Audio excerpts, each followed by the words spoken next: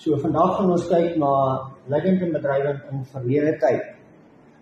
Gister se klas was oor die hede, present tense. Vandag gaan ons kyk na verlede tyd.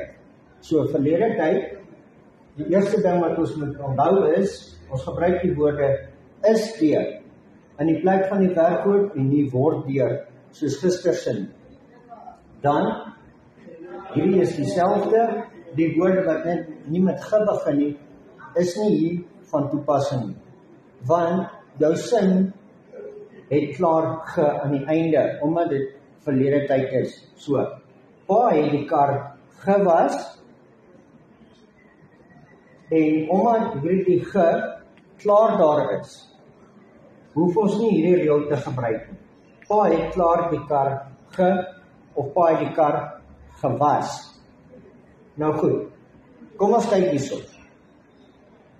Die kar, jy begin altyd met jou object, is deur, wat ons moet nou is deur gebruik, pa, en dan net gewas.